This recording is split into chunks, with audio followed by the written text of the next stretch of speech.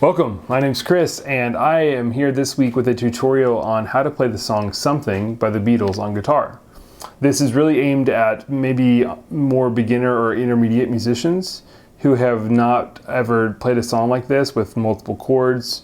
This has kind of some more shades of color than typical in a song, and Beatles tunes and older tunes specifically are great master classes and playing some new sounds, right? Playing new harmony. And I'm gonna show you the chords, how I would play them.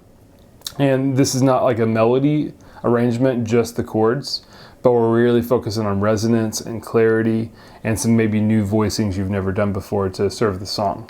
So let's just jump in. Here's the A section. So before I explain anything, I'm just gonna play through kind of how I play it. I just played in the original key of C, okay? So here's the rhythm as the first little chunk here. So.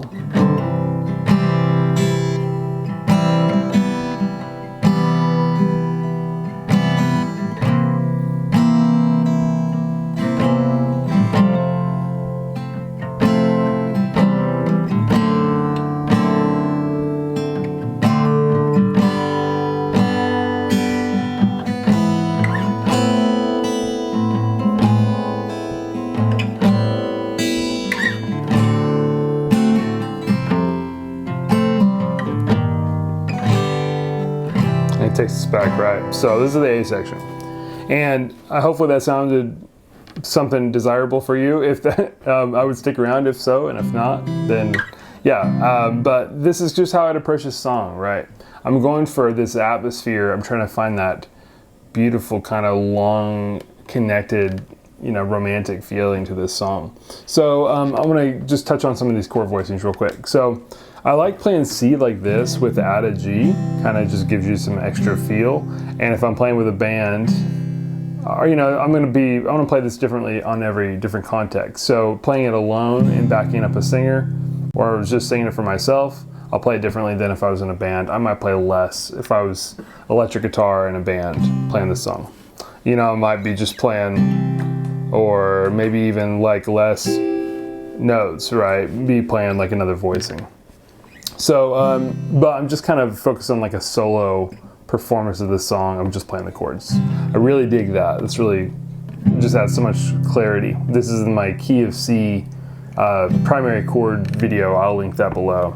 And that would be a good way to reference some of these more common chords. So we have C, C major 7. You can keep that there. And I will put a chord diagram in the description. But you really try to pick them up like just here. And it's totally cool to reference the diagram, but it's probably above your head if you have to really cling onto the diagram really hard for everything. So we have C, C major 7, just finger comes up. C7 is this typical voicing. And you could do if you can use your thumb a little bit, you can get some cool sounds, but you can just drop the G. So, and that whole time I'm really trying to promote as long as sounds as possible. So, and really you could even do like a melody. It changes a little bit, but it's really not that hard to find the tune in those chords right there, and that's a really good thing to practice if you're interested in playing melodies on guitar. Try to find the melody to that. Okay. So, so far, C, C major 7, C7, really smooth. And that C7, you can kind of play the F a few ways. That's good. It's basically adding the bass again. So we call this F major 7. If you play all of them, you can just play it like maybe that. I really dig it with the low F in there. If you can swing it, you can use a bar chord. Not a big fan of bar chords, but it's okay. But that's really nice, using like a kind of partial, not really barring at all, I'm just using my thumb. But I get that beautiful.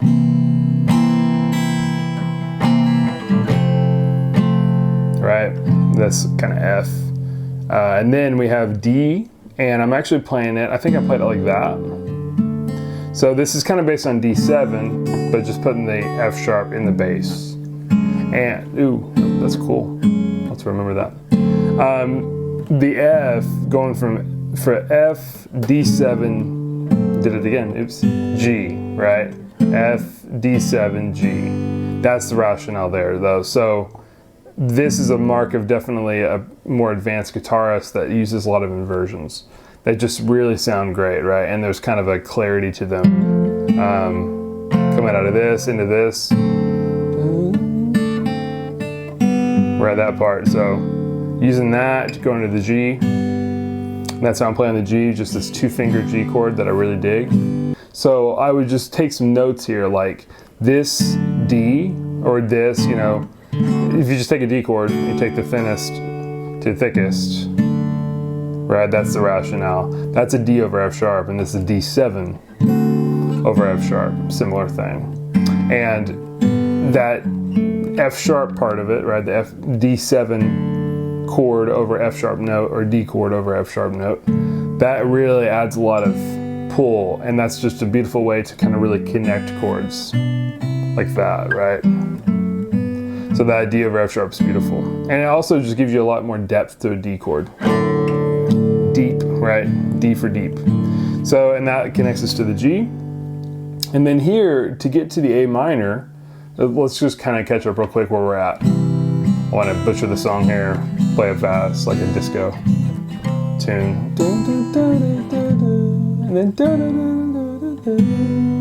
so you could do a few things. You could play E7, that's nice, E of course, but you could also do this inversion, and we'll come back to this. This is the same shape I used in this intro little thing, but we'll get to that in one sec. So that's really nice. This is E over G sharp. And this is just like a little shell chord. And this is kind of a little bit more advanced thing, but I'm muting underneath my ring finger. And that's what I do in the intro as well for the E flat. So this is an E, 1 fret higher. I'll get to that E flat in a second. And you can actually include the thinnest 2 open. And I really dig chords like this because, again, they kind of set us on that trajectory to connect the bass line. So we could go, let's kind of backtrack here. So we have this, all this stuff, and then to even get to that D, you could play something like that. You could play C over E. I think that's in the bass. And you could go to that D or D over F sharp. So I could go to that, and then we have the G. And then here, quick chord if I want it, this little E over G sharp, which is 5 to A minor. Right, and you don't have to have that. You could just go from G to A minor. There's no right real answer here, right? It's just like whatever you want to do, how much ever detail you want to inject.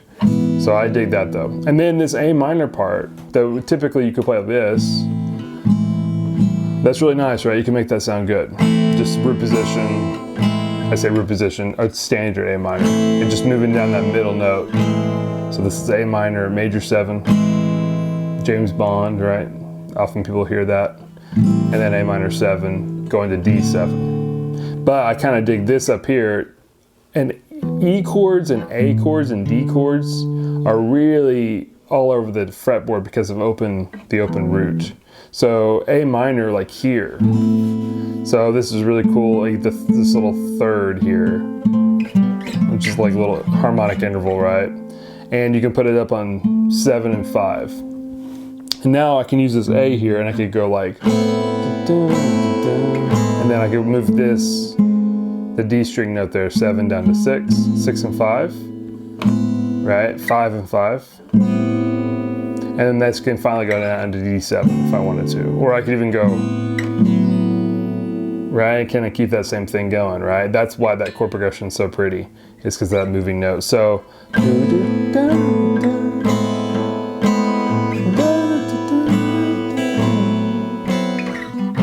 or I could go from here to the D7.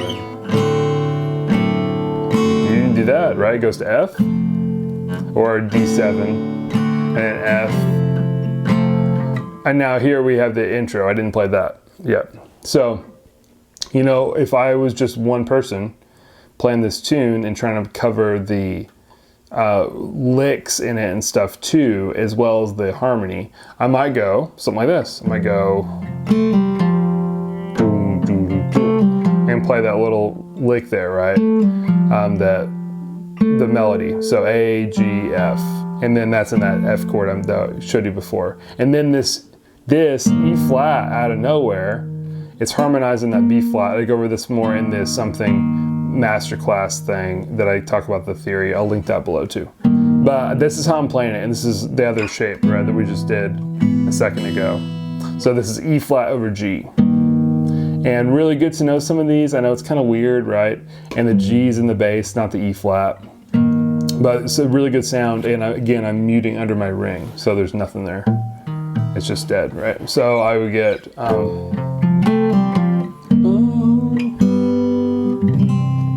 right, something like that. And I'm just going for real long sounds. And then there I'm kind of, the melody's on the G string, and this B underneath it, that could happen. So we have to avoid that. And I'm kind of muting under my pinky, muting the B string. So there's the B string right there. There's a lot of muting on guitar. I'll cover more of that in the future, but not enough people talk about it, I think. And then we have that G chord with the B string, so we have that melody going and climbing. Okay, that's the first section. So hopefully you can piece all that together, some options, right? And I won't always do it the same way. I don't have to play the song a lot, but you know, I'm try to be adventurous when I'm playing chords. That way it stays fresh, and it's really unpredictable at some level, which is really good. If you're going into it where it has to go one way, that's a tall order, right? And I have learned the hard way about that, and I've heard many musicians caution against that too. Try to go in with some unpredictability, even if you're just playing chords, right? You could play this song actually even in another key. I'll briefly go over that maybe, which is really good practice on harmony study, right? So, okay, that's the whole section. Just going over the shapes here. Right, we could do that. A minor, we could go up here. You can play here too. But that's all sound great. But I kind of dig this. Why not, right? And then F. I can do that little riff like that. And then we go to A. And so, you know, just as a pragmatic thing here, getting into this next section, I don't love the A chord. You know, 2-2-2, I can barely fit that in there. So it doesn't have my explicit endorsement. And now sometimes I'll play it. And when I do, I usually do this kind of bar thing, and I don't do bar the thinnest. That would be like an A6 sound.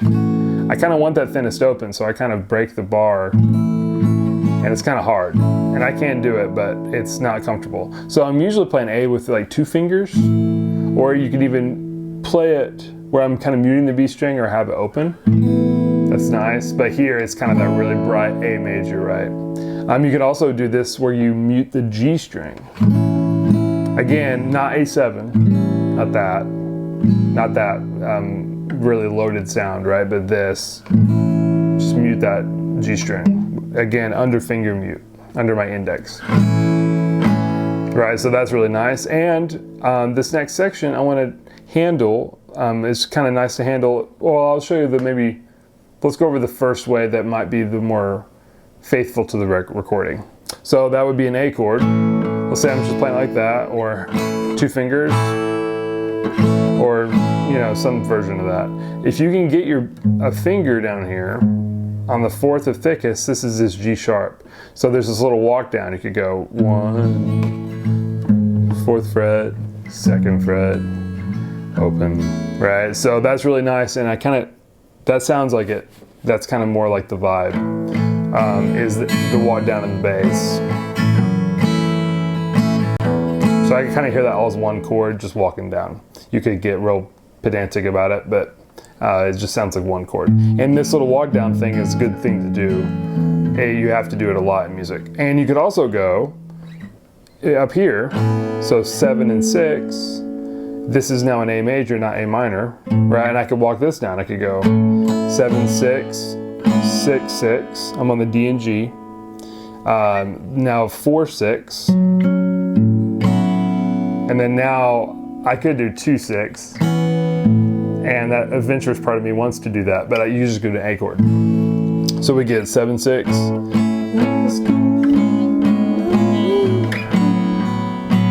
and down to A. So, you know, these are definitely not what the Beatles played, right? But I'm just kind of showing you how to be experimental here.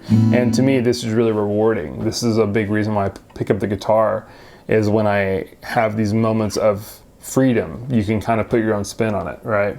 And only you're gonna sound unique in it. So, okay.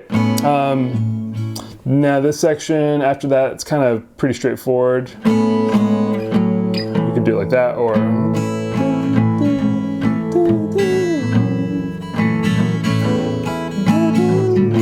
just D, right? That's the melody. G. Right, that's automatically cool if you can kind of get the melody in there, and they're kind of pretty serendipitous here. They go together quite a lot. So you could do it without, you know. Now here we have this riff, right? So I'm gonna play the riff. I'm not gonna just be like, you can play an A, but why not play the riff, right? Like some songs just have this backbone to them, and I think that's an intrinsic detail to the song, or an essential detail. So we have one, and if I just play this bass line, right, like that. So open, and if I can kind of ring that A chord out, that's kind of cool, right? And you can kind of get creative about fingering. You could also go boom, you could do octaves, but that bass line's just A to E chromatically. And I'm just trying to find a way to keep the vibe of the music flowing here, right? Boom, boom, boom. And I can go back here. You could even do other stuff eventually. You can kind of figure out other ways to play that little change. And then 4, and then C. And then here I can do a few things. I tend to do this. 1, 7, 6, 5, 3, 2, 1. So I kind of run out of guitar, right? E, D, C. I want to do that, but I won't. So boom, boom, boom. And then here you could practice soloing as one instrument, you know, to kind of play some of the rhythm and the melody. That can be really fun, or to try to play the I don't have a pick on me, but try to mark the melody a little bit, right? Maybe it's just this, where you're kind of playing chords and kind of doing some stuff, right? That's that part. Whatever there's like a great little lick there. So, you know, learning the solo is also obviously good, but we're trying to, don't feel confined to just learning a song just one way or the way it goes. Try to get a little bit more flexible, and you're gonna really find a lot of payback in others' tunes. So, okay, going on, I think that's about it on the A. So we walk down, or that really sounds good. To do it in the bass, we have this little bass line again.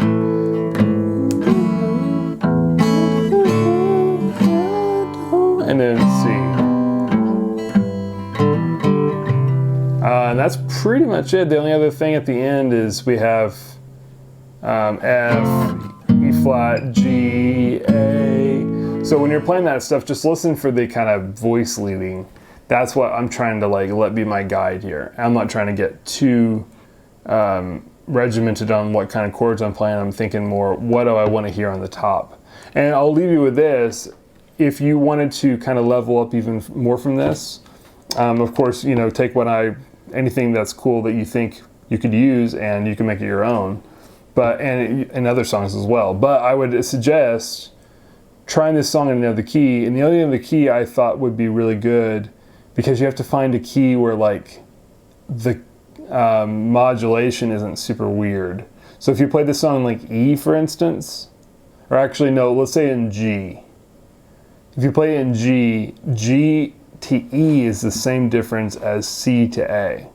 So that means that G and E I picked G because G is a good guitar key, and E also is. So I'm trying to find two guitar keys that are good, that are that close by. So that would be, I've never done this. Let's find out what happens. But this is this process in action if you watch the music theory 2 videos, the masterclass videos I did on this song.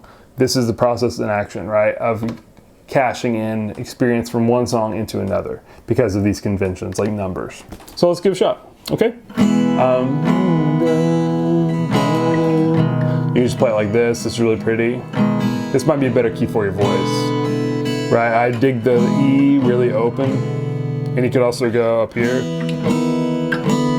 right? We have this kind of little octave thing. That's a cool thing in E we can do. But I kind of dig this. This just sounds really nice.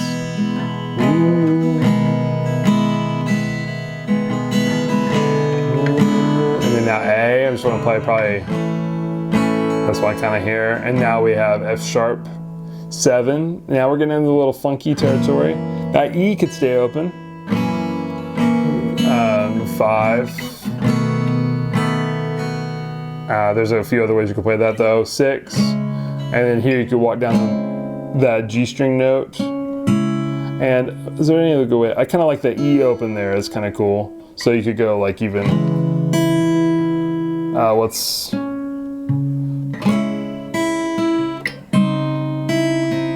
kind of want to hear something like that. And then, and on the F sharp, that B string opens really dope.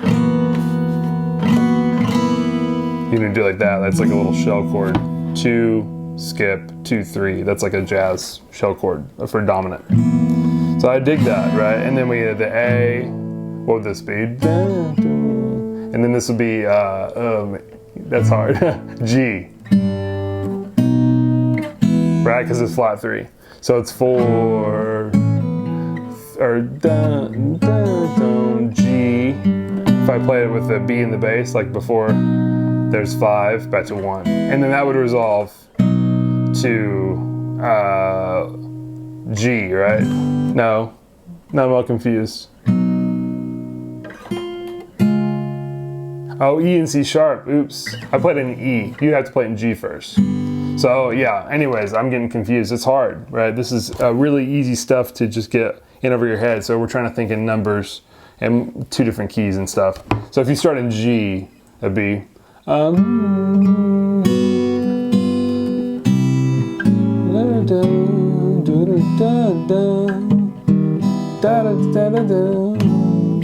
and then 4, and then this would be B flat.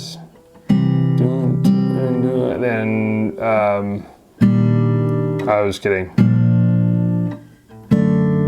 But it's harmonizing this. So, something like that, right? So that B flat is the weird one. And then when we get to the other key, it'd be, keep my head on straight. 4, flat 3, 5. And then it would go to E, right? And then here I could go, see, what am I here? And there's lots of beautiful stuff you could do here. You could do, all right, let's say about this, or maybe this.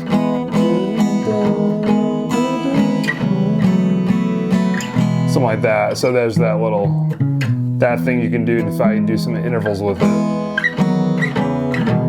Or kind of doing some, there's a few things I want to do, like the 6 would be really nice too. So, right, I'm just kind of showing you some behind the curtain, whatever curtain there is. This is the real world process, and I think we need to be a lot more transparent with this and how we actually exercise this. So that's really good practice for me to think, okay, can I play, because we're, you know, the original C to A, right, going down a minor third. And that means that if I'm in G at first, I'm going down to E, which is a minor third down. And then I'm thinking of numbers in both keys, and I'm thinking I have all this E stuff, and then I want to get, you know, boom, boom, boom, boom, boom, boom, da da da da da da da 4, and then flat 7 back to G. I think that's right. I didn't sing the right melody, but it's hard, right? And really, this is how I improve and how I get better is I let my brain really ruminate on these things and see if I can hear it in that key. And more times than not, my brain's kind of like already going in the right direction with some of the sounds I would like to make. So, and that can really make a song really fresh.